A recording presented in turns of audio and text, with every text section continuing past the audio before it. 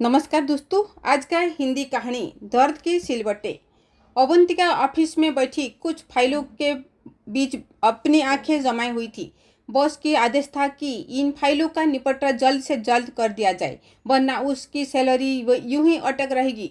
क्या हुआ अवंतिका? मुंह बनाकर फाइलों को क्यों निहार रही हो? अवंतिका के पास कुर्सी खींचकर बैठते हुए यामिनी बोली। यामिनी उसी ऑफिस में काम करती थी। क्या बोलूं? अवंतिका ने गहरी सांस खींची। इन फाइलों का निपटारा तो मैं कर रही नहीं पाई, पता नहीं कैसे दिमाग से उतर गया। बहुत ज़रूरी है, यदि 2 दिन के अंदर इन्हें सही नहीं किया तो बॉस का क्लास लॉस तो होगा, साथ में मुझे भी पता नहीं कब सैलरी मिले। तुम कितने तेज़ी से काम का निपटती हो। तुम्हारी मेहनत और काबिलियत को देखकर बॉस ने तुम्हें ये सब दिया। अब क्या हुआ? सब कुछ ठीक है ना? अरे बाबा, सब ठीक है। वो घर में भी तो काम देखना पड़ता है ना। दीप की 10वीं कक्षा की परीक्षा चल रही है, उसी पर ध्यान देने में व्यस्त रही, इसीलिए। अच्छा चलो जल्दी से अपना काम निपटा लो। यामिनी यहाँ से अपने केबिन की तरह चल दी। शाम के समय ऑफिस से लौटते हुए अवंतिका सब्जियां आदि खरीदते हुए घर पहुंची। निखिल ऑफिस से आ चुका था। अवंतिका को देखते ही बोला, बहुत सही समय पर आई हो, चलो जल्दी से चाय पिला दो। निखिल, मैं बहुत थकी हुई हूँ, बदन में भी खिंचाव महसूस हो रही है। दीप को कहती हूँ चाय बनाकर ले आएगा। अरे नहीं, उसे चाय बनानी नहीं आती। कभी चाय पत्ती अधिक डाल देता तो कभी चीनी। चाय पीने का मजा किरकिरा कर देता है। निखिल बोला। ऐसा बिल्कुल नहीं है, अब उसे मात्रा आदि समझा दी है, अच्छी चाय बना लेगा, कहकर अवंतिका ने अपने बेटे दीप को चाय बनाने के लिए कहा। अवंतिका मेहनती और टैलेंटेड महिला थी। उसे कुछ वर्ष ही हुए थे एक मल्टीनेशनल कंपनी में नौकरी करते। निखिल बैंक में कैशियर के पद पर कार्यरत था। अवंतिका के 2 बच्चे थे, श्रुति और दीप। श्रुति 7वीं कक्षा में पढ़ रही थी और दीप 10वीं बोर्ड की परीक्षा दे दी थी। शुरुआती दिनों में सिंगल फैमिली होने के कारण अवंतिका ने एक गृहिणी बने रहना मंजूर किया था। लेकिन बच्चे जब बड़े होने लगे और अपनी पढ़ाई और दोस्तों में उनकी व्यस्तता बढ़ने लगी, तो अवंतिका को घर गृहस्थी के कामों के बाद खाली समय में अकेलापन महसूस होने लगा। निखिल भी अपने बैंक से लौटने के बाद शाम का समय दोस्तों के बीच ठहाके लगाने में बिताया। बैंक से आने के बाद शाम की चाय पी कर निखिल अपनी मित्र मंडली में जा बैठता। फिर तो उनके ठहाके और मनोरंजन का दौर थमता ही नहीं था। रात के 8-9 बजे पहले घर नहीं आता। ऐसे में अवंतिका ने एक मल्टीनेशनल कंपनी ज्वाइन कर ली। व्यस्त दिनचर्या के साथ हाथ में सैलरी मिलने से उससे सुखद अनुभूति होने लगी। अब उसे छोटी मोटी ज़रूरत के लिए भी निखिल पर आश्रित नहीं रहना पड़ता। अपनी मेहनत और कार्य कौशल से उसने ऑफिस में खास पहचान बना ली थी। लेकिन इधर कुछ समय से वो अपने कार्य को लेकर पहले जैसे तत्परता और सक्रियता नहीं देखा पा रही थी। घर की जिम्मेदारी पहले की ही तरह निभा रही थी। उस पर ऑफिस के काम। रात का खाना बनाने के बाद अवंतिका टेबल पर खाना लगा रही थी। श्रुति, जरा खाना सर्व करो, और दीप तुम पीने के लिए पानी ले आओ। आज मैं बहुत थकी हुई महसूस कर रही हूँ, ज़्यादा देर नहीं बैठ पाऊंगी। जल्दी से खाकर सोने जा रही हूँ। तुम लोग खाना खाकर झूठे बर्तन सिंक में डाल देना। अगली सुबह फिर से पूरा परिवार अपने अपने काम में व्यस्त हो गए। श्रुति और दीप अपनी पढ़ाई और दोस्तों के बीच, तो निखिल भी दिन में ड्यूटी और शाम के दोस्त के साथ मस्ती में व्यस्त रहते। अवंतिका समय पर ऑफिस पहुंच चुकी थी। उसे अभी भी 2 फाइलों के काम निपटने थे और कल तक बॉस की टेबल पर देनी थी। गुड मॉर्निंग अवंतिका, और कहो तुम्हारे पेंडिंग वर्क पूरा हो गया? यामिनी ने पूछा। नहीं यार, अभी तो 2 फाइलों बाकी है और कल सुबह तक बॉस को टेबल पर चाहिए। प्लीज़ ज़रा मेरी हेल्प कर देना। वो भरी भरकन उलझी फाइलों में सिर खपाना मेरे बस की बात नहीं है, वो भी प्रेशर में। तुम्हें शाम ध्यान नहीं शायद, लेकिन ये सब तुम्हारी प्रतिभा के कारण मिला है। और दिखाओ बॉस के अपनी प्रतिभा और काबिलियत। यामिनी टोंट मार करते हुए हंसती। देखो मजाक का वक्त नहीं है, तुम्हें पता है ना बॉस ने मुझे इसी महीने की सैलरी नहीं दी है। ये भी मेरी लापरवाही से नाराज है। यदि ऑफिस का नुकसान हुआ तो पूरी सैलरी खतरे में पड़ जाएगी। और गंभीर बनो और कुछ रास्ता सुझाओ। ओके, तुम अतुल की मदद ले लो। कौन? वो लड़का जिसने अभी कुछ महीने पहले ही कंपनी ज्वाइन की है। उस नौसिखियत से क्या मदद लूँ? शायद तुम उसे ठीक से जानती नहीं हो। वो भी दिमाग का तेज है और युवा है तो काम के लिए उत्साह भी खूब भरा रहता है। पता है पिछले महीने उसने अमन की मदद की थी। वो ये सुन अवंतिका अतुल से मदद लेने की तैयार हो गई। शाम होने लगी थी। अवंतिका ने अतुल को दोनों फाइलों देकर काम समझा दिया और अगले दिन लेकर आने को कहा। घर पहुंचने के बाद अवंतिका अपनी गृहस्थी वाले रूटीन वर्क में लग गई। तभी उफ, फिर से पीरियड भी ना। पिछले कुछ महीने से अवंतिका के पीरियड थोड़ा असामान्य हो गए थे। इस दौरान वो शारीरिक कष्ट को भी झेलने की लगी थी। उसने सोचा कि वर्कलोड और अनियमित खान-पान के कारण ये सब हो रहा होगा।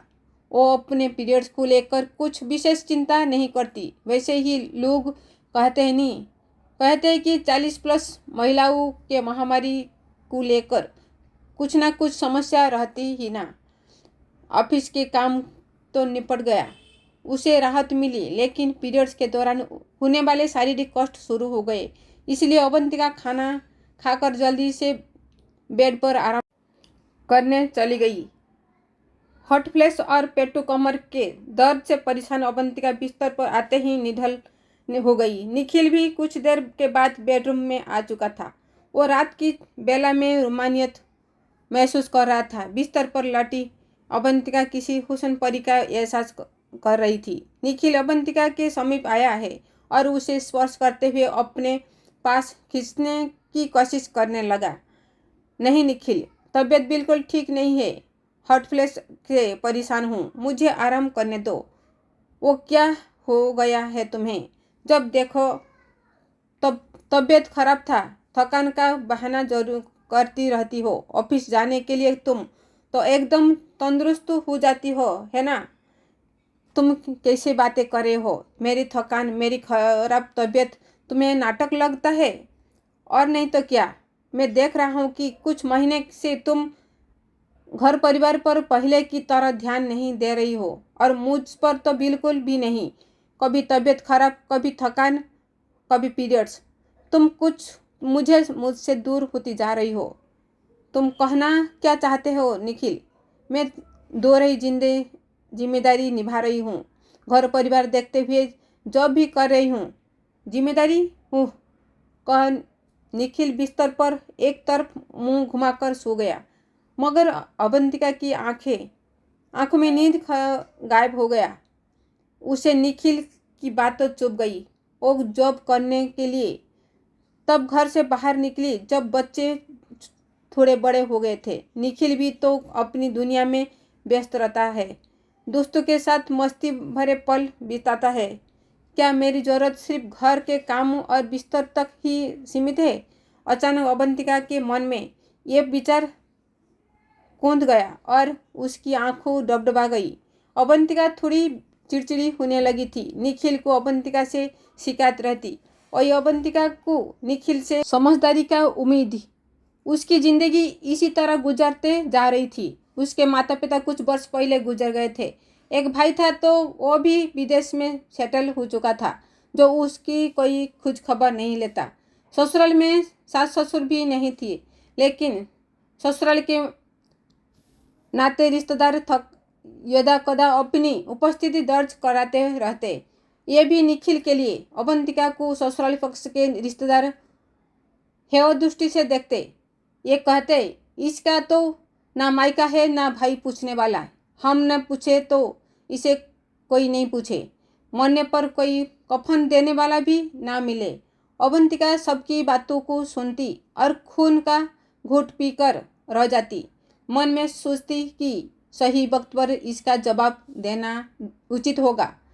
यही कारण था कि बच्चों को साथ अपने काम के प्रति भी पॉजिटिव हो गई थी।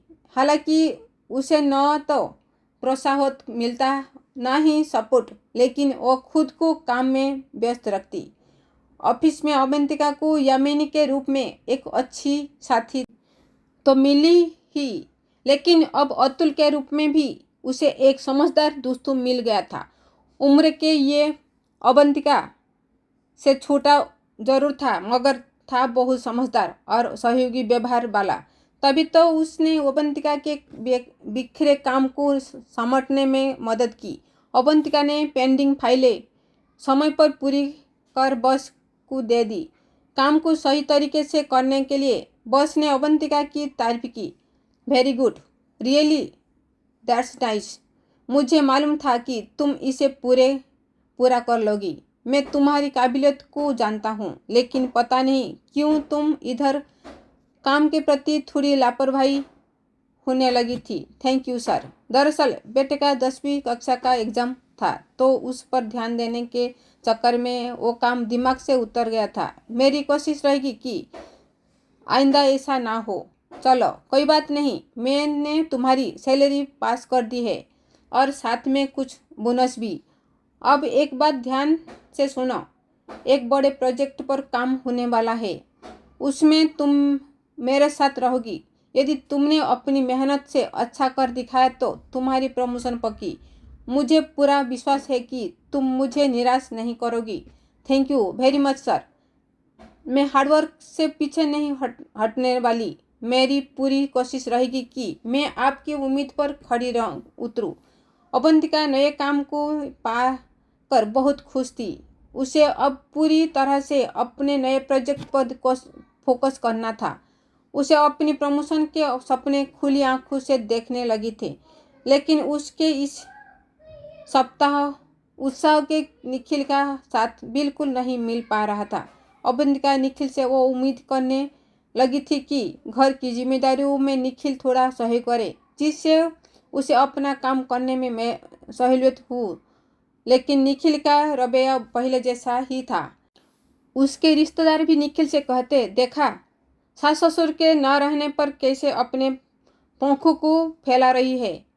अब घर परिवार उसे कहाँ से रास आएगा। माता पिता के रहते तुमसे किसी ने घर में कोई काम करवाया, लेकिन देखो अब महारानी तुम्हें गृहस्थी के कामों में उलझाना चाहती है। सावधान रहना, तुम भी तो नौकरी करते हो। निखिल शुरू से अवंतिका को काम और रिश्तेदारी का अधिक महत्व देता रहा, लेकिन अवंतिका सामंजस्य स्थापित करके रिश्ते को निभाने की कोशिश करती रहती है।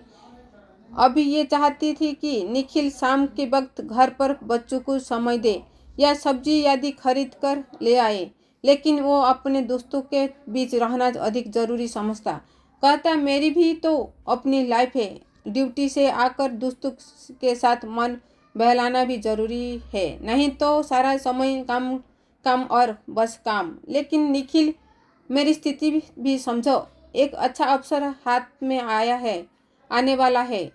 मैं इस गोल्डन मौके को गंवाना नहीं चाहती। मुझे घर के कामों में थोड़ा सहयोग कर दो, ताकि इस प्रोजेक्ट को बेहतर मन से कर पाऊँ। तुमने ये सब क्यों चुना? घर परिवार ज़्यादा ज़रूरी है। तुम्हें तो पता है, शुरू से मैं स्वच्छ रहा हूँ।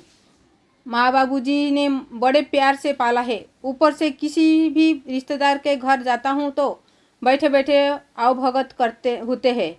ऐसे में मुझे घर में कुछ करने की ज़रूरत नहीं पड़ी। यदि तुमसे नहीं हो पा रहा तो प्रोजेक्ट छोड़ दो। अवंतिका को निखिल की बात बुरी लगी। वो मन ही मन सोचने लगी कि क्यों हर बार हर चीज़ स्त्री को ही छोड़ने पड़ती है, ताकि गृहस्थी सुचारू रूप से चल सके। लड़की मायके और वहाँ से जुड़ी हर बात छोड़कर आती है ससुराल में, एक नए रूप में और बस अस्तित्व के साथ ससुराल में रहती है। सभी के साथ सामंजस्य स्थापित करने में न जाने कितना कुछ छोड़नी चली जाती है।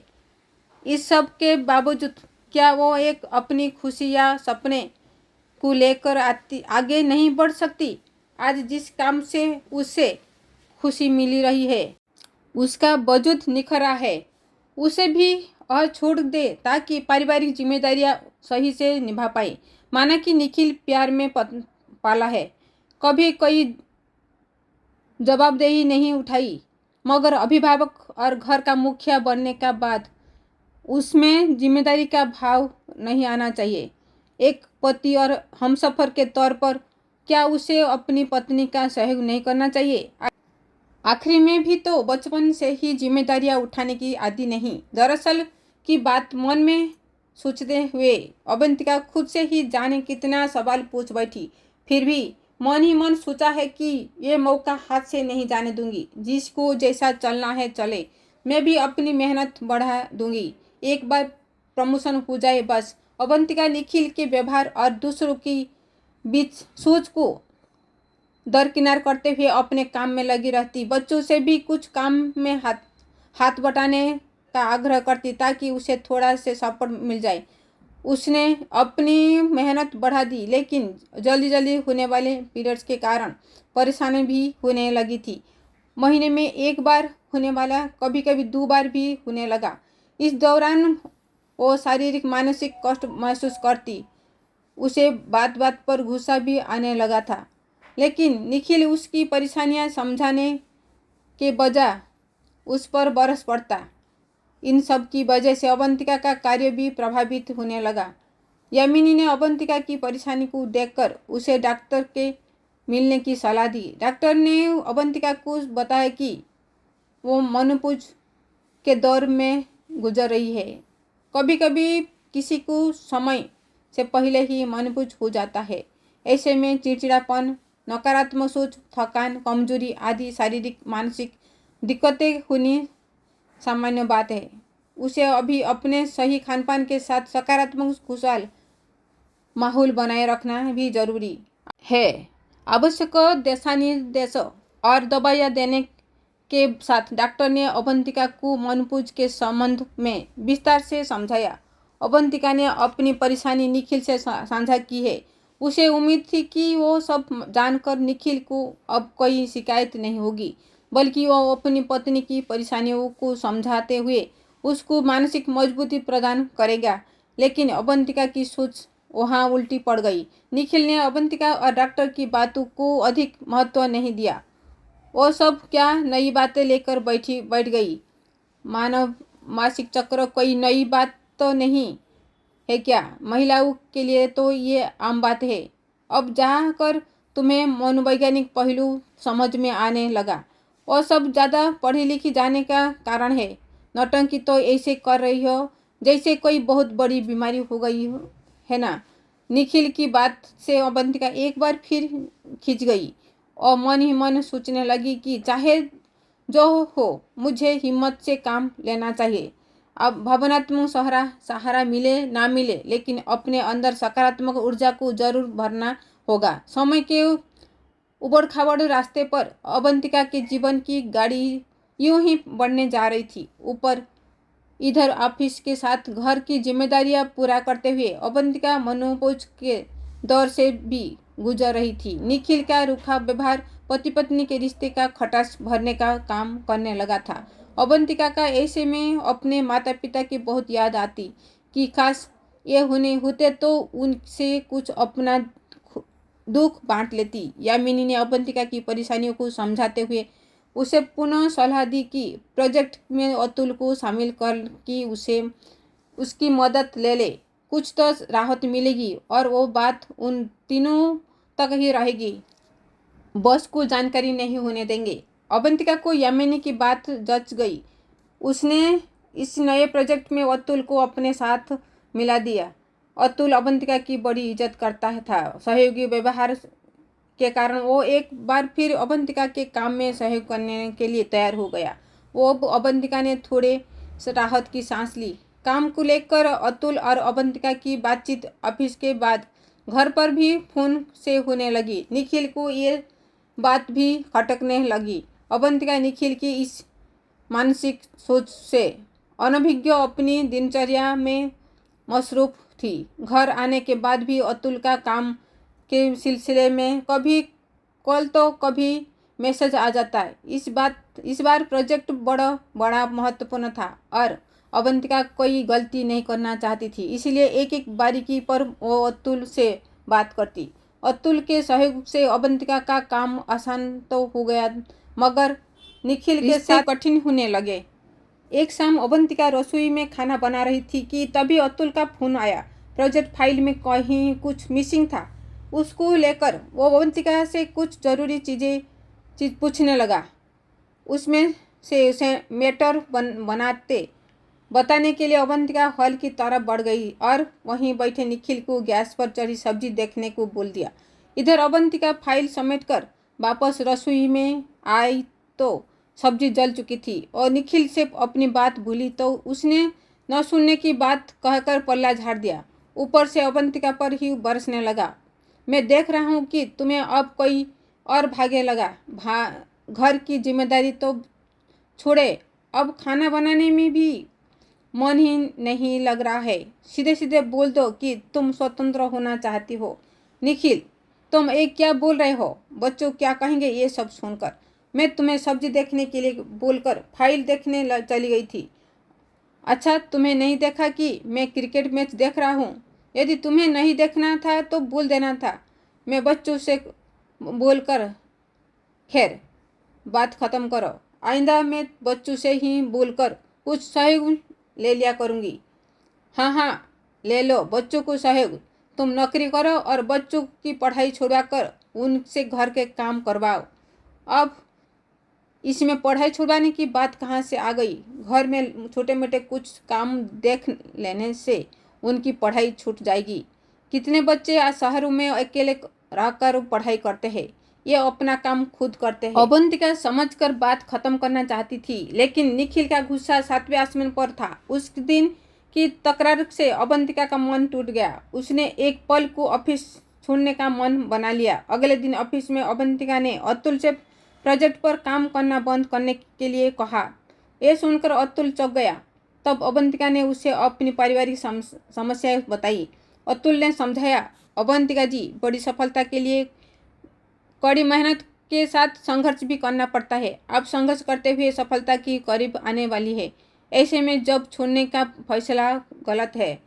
अब तक यामिनी भी अवंतिका के पास आ चुकी थी और सारी बात जानने के बाद उसने भी अवंतिका को जब ने छोड़ने की सलाह दी। एक तो अवंतिका मनोपुज के दौर से गुजर रही थी। उस पर निखिल का व्यवहार, ऑफिस में महत्वपूर्ण प्रोजेक्ट उसके करियर को एक टर्निंग पॉइंट देने वाला बन चुका था। इसीलिए अतुल और यामिनी की बात मानकर अवंतिका अपने काम पर पारिवारिक परिस्थितियों में सामंजस्य रखने की सोची। यामिनी और अतुल ये सुनकर मुस्कुरा दिए।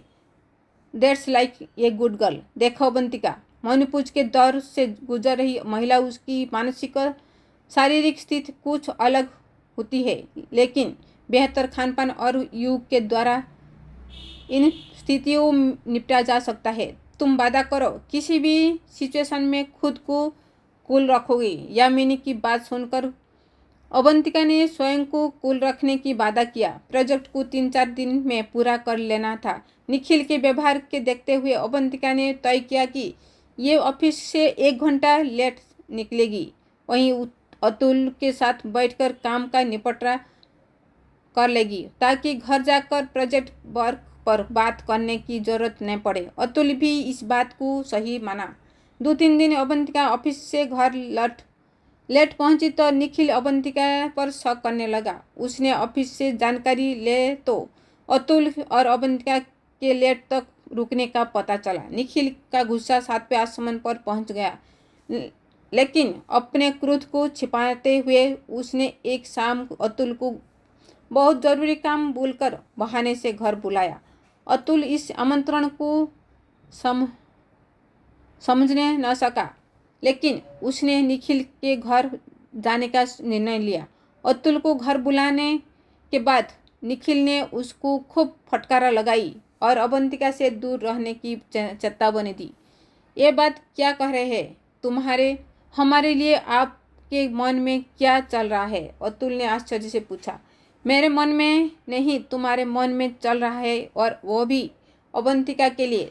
तुम्हें शर्म नहीं आती? किसी की गृहस्थी को बर्बाद करते? निखिल गुस्से में बोला। निखिल जी, आप बहुत गलत सोच रहे हैं। ऐसा कुछ भी नहीं, मैं अवंतिका जी की बहुत इज्जत करता हूँ। अतुल ने समझाने की प्रयास किया। अवंतिका निखिल के इस रवैये से बहुत गुस्सा हुई। अतुल के समझाने सामने ही अवंतिका और निखिल में अच्छी खासी बहस हो गई।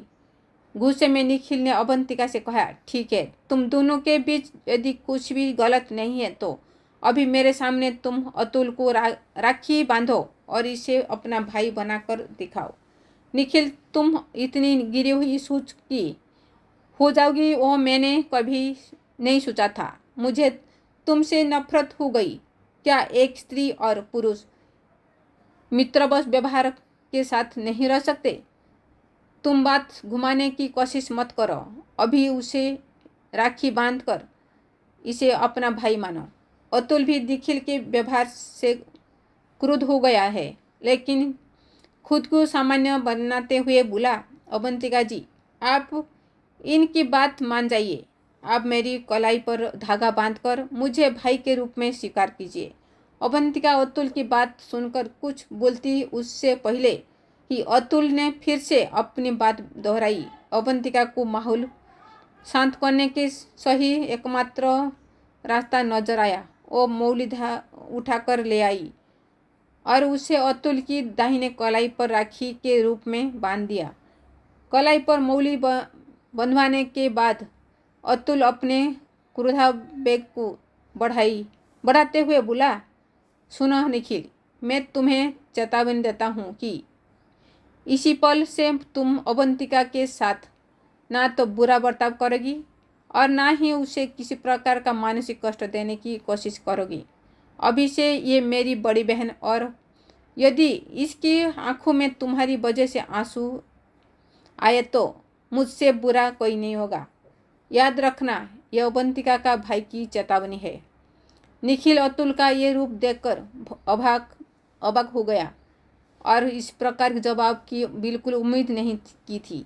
आगे वो किस बात पर बहस करे, उसको चुप देखकर अतुल बोला, अवंतिका जी को बड़ी बहन के रूप में ही इज्जत करता था, लेकिन आज तुमने हमारी रिश्ते को इस धागे से मजबूत कर दिया।